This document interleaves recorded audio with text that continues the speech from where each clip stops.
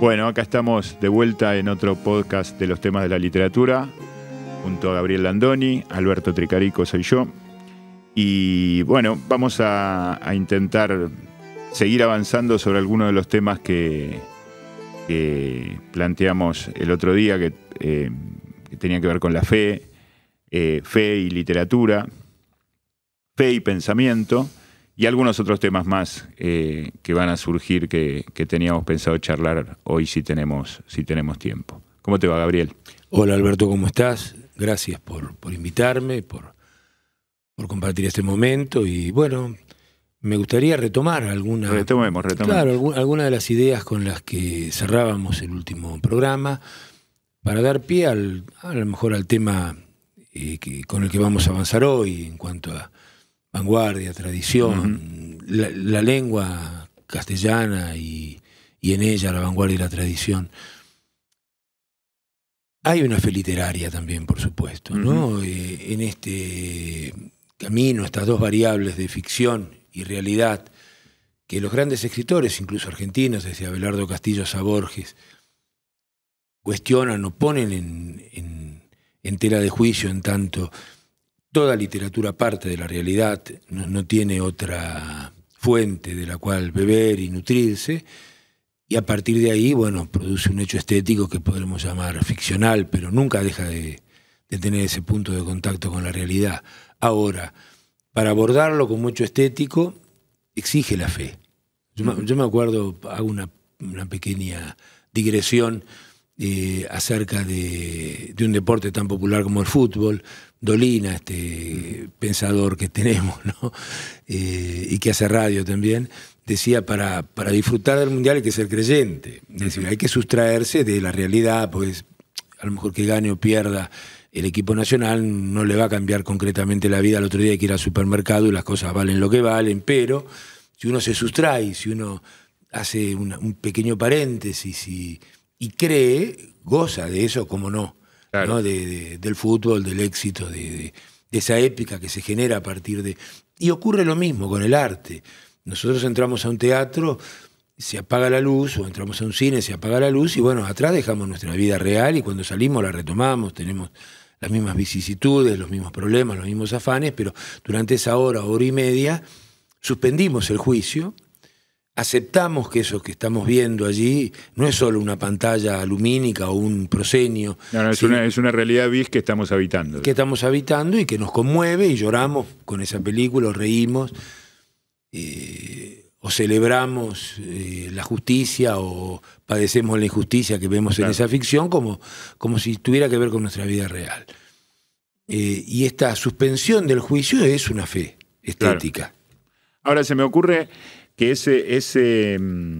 esa realidad de la que partimos, a la cual después tenemos que volver, después del hecho estético, el arte, o vamos a corrernos un poquito, el buen arte nos devuelve cambiados, nos manda esa antigua realidad con otra mirada, con otro ropaje, no sé cómo decirlo, es como que no es un hecho simplemente un paréntesis, como si no hubiera pasado, sino que de alguna manera, en podcasts anteriores hemos hablado de, inclusive a partir de la caverna platónica y algún otro ejemplo más, de hasta ciertos deberes que nos genera, tanto en el terreno cotidiano como en el terreno ético, como, digamos, nosotros tenemos que enfrentar esa realidad que es la misma anterior a entrar al cine o entrar al teatro o agarrar el libro, pero nosotros estamos cambiados. Se supone que algo nos ha modificado, algo nos ha dado, porque si no, aquella fe en la que depositamos. Yendo al ejemplo del Mundial, inclusive, que es algo más simple y más banal y que no es en todo sentido arte o convencional o canónicamente arte, rescatamos cosas de ahí que nos cambian, digamos, el espíritu de equipo, rescatamos determinada solidaridad, determinado compromiso, determinada valentía, determinadas cosas que en un simple partido de fútbol, o en una serie de partidos de fútbol. en una novela, o en una obra de teatro, o en una gran película, eso nos devuelve cambiados, digamos. No es el simple paréntesis eso. No. Bueno, y ese sería, por lo menos, el espíritu del arte desde la poética de Aristóteles, digamos. Claro. Aristóteles en la tragedia o en la poética, cuando habla de la tragedia, dice el público, el espectador hace una necesaria catarsis. Claro. Cuando ve las vicisitudes del héroe, Claro. Los errores del héroe, los afanes, por qué paga el héroe sus errores y cómo los paga, a partir del terror que le da esa identificación con ese castigo, con ese destino, con la tige, que los griegos que pronunciaban con respeto, escribían con mayúscula, que era el destino, nos modifica, es decir, nos transforma. Esa catarsis hace que seamos conscientes, nos adelanta, nos ilumina la vida, claro que nos ilumina la vida, no cabe duda que ese es el verdadero espíritu del arte, porque si no sería un mero divertimento. Claro. Pero es mucho más que eso, claro. Claro, y ese divertimento, si fuera solo eso, porque también lo es, estuvimos hablando de que uno se entretiene leyendo una novela, no es que se aburre, ese entretenimiento, si fuera solo entretenimiento, estaríamos, que hoy abunda y mucho en las series, en el streaming, en internet, en un montón de lugares, estaríamos justamente escapándonos de esa realidad. Claro. O volviendo a ella irresponsablemente, como si el hecho estético fuera un salirme de la realidad para estar un ratito afuera, digamos, como quien toma alcohol o consume drogas simplemente para salirse de la realidad. En un momento se va a tener que enfrentar de vuelta. Claro, sí, pero eso no lo devuelve cambiado. Cuando termina la intoxicación vuelven los problemas encima con, claro, con la carga de la intoxicación. Claro. Sí, justo. A mí me preocupa mucho el tema de la evasión, sobre todo en el mundo moderno, en esta sobremodernidad o posmodernidad o como se llame, porque gran parte de lo que desde la literatura playera hasta las series de Netflix, y un montón de entretenimientos del presente, tienen como fin eso, digamos. Tienen como fin evadirnos más que enfrentarnos con el problema, porque si bien los universos de ficción construidos por todos los escritores que nos gustan, Borges emblemáticamente, que lo nombramos a cada rato, nos sacan de esa realidad. No solamente que parten de esa realidad, sino que vuelven de alguna manera de esa realidad. La realidad esa nos rebota indirectamente durante ese paréntesis. Y cuando terminamos, o cuando tenemos deseo de releerlo, tenemos un deseo de releerlo en la realidad, ya modificado, porque hay algo que nos... queremos volver a atravesar no solamente el hecho estético del goce, sino que queremos atravesar...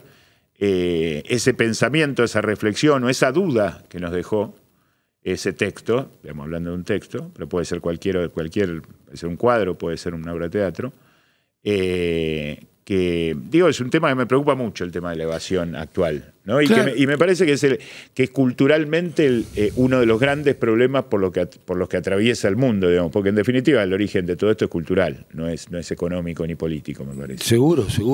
Lo demás, en todo caso, o hay una relación dialéctica entre ambos, claro. Pero es muy difícil esto que vos planteás, es muy difícil discernir en muchos de los espectáculos que vemos, y lo digo espectáculos con toda conciencia, digamos, en los bestsellers literarios, en los libros de autoayuda, en a lo mejor un arte pasatista o la televisión o las series, claro, es decir, que de pronto subrayan ese divertimiento, ese aturdimiento, y aquel que viene de un día, una larga jornada de sacrificio, de trabajo, de frustraciones, que lo que quiere es a lo mejor algo liviano, aturdirse, pasar el tiempo.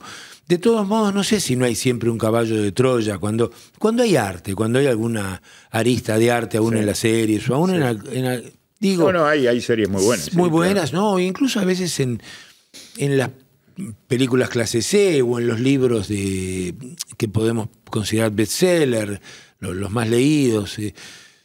Si detrás hay un artista, y que muchas veces lo hay, y que consciente o transige a eso porque es la única manera de vivir y es lo que el público consume, puede haber siempre un caballo de Troya y algún aprendizaje, pero por supuesto que asistimos a una banalización del arte, claro. No cabe ninguna duda, ¿no? Decir lo contrario sería hipócrita, y que hay un espíritu de época que tiene que ver con el deseo de este aturdimiento, sí. Sobre todo en ciertos sectores sociales, digamos, en esa clase media cultural, digamos, porque probablemente en los sectores privilegiados o en los más desfavorecidos, las problemáticas son otras, digamos, ¿no? La tragedia existencial funciona de una manera distinta. Digo en la pequeña burguesía porque, y sobre todo en los países desarrollados, hay un gran aturdimiento, nos lo devuelven extranjeros, europeos que vienen aquí al país y que dicen que todavía en Argentina se puede hablar con alguien y se puede pensar. Y uno se sorprende, ¿no? Claro. Porque decimos, ¿cómo puede ser? Tenías amigos escritores vascos que decían, pero en Bilbao, en el País Vasco, no hay con quién hablar, la gente se aturde o con divertimento o con el deporte y es muy difícil profundizar. Se refería a la pequeña burguesía. Acá todavía encontramos bohemios o intelectuales. Pero hubo un cambio, porque de alguna manera siempre fue esa pequeña burguesía, esa clase media baja a clase media, la que se enfocó en el arte, digamos, mayormente. La que hace arte, la que consume arte. Es decir, la clase media va al cine, hoy con una entrada de 1.200, 1.500 pesos. La clase media va al teatro.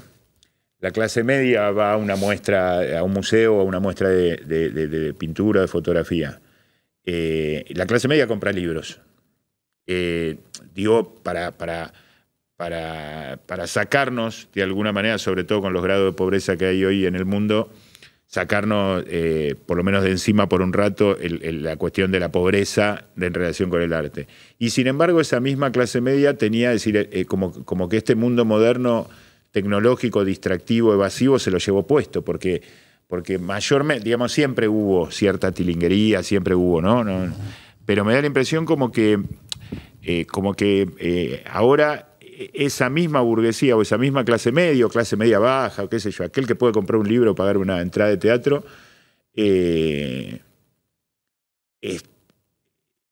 pasa un poco, por ahí pasa más en España o en Europa de lo que pasa acá, como te decía tu amigo o compañero, pero yo lo noto en las conversaciones, porque las conversaciones reflejan lo que uno, entre comillas, consume, ¿no? Ya el hecho de utilizar la palabra consume. Te iba a decir, vos diste una palabra clave a la que yo iba a referirme. Lo que ocurre es que esa clase media, esa pequeña burguesía es la que todavía consume, digamos, consume. Y el arte, en este capitalismo de consumo, ha sido una mercancía más de consumo. Esa es su banalización. Sí.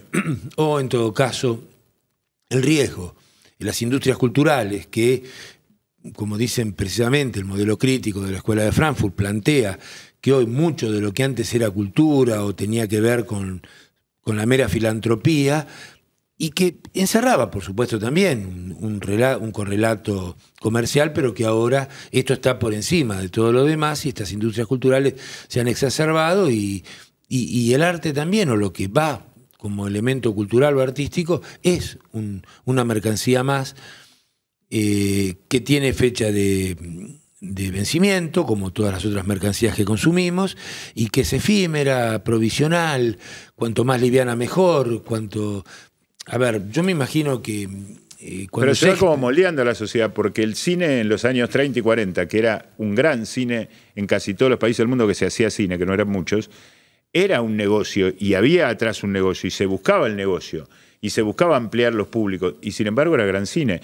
Había arte, porque el objetivo no era exclusivamente económico. Claro, es lo que yo te digo. Bueno. Hoy me parece que eso... El capitalismo tampoco era un capitalismo de consumo cuando comenzó la revolución industrial. Claro. Producía bienes, servicios y ahora, bueno, ha ido girando hacia un vértigo, hacia un dinamismo. Tiene que ver todos los avances técnicos, tecnológicos. Claro, y una concentración de la riqueza que exige una aceleración en la producción de riqueza cada vez mayor, entonces las cosas no pueden perdurar. Claro, es decir, el tema yo he de la visto varias veces una gran película. Claro. Y no sé si, a veces no tengo ni ganas de terminar de ver una mala película contemporánea, digamos, ¿no? Y una gran película la he visto varias veces, he visto 4 o 5 veces Grupo de Familia, de Visconti con Burt Lancaster, claro. Bueno, nos pasa con los libros también, que releemos.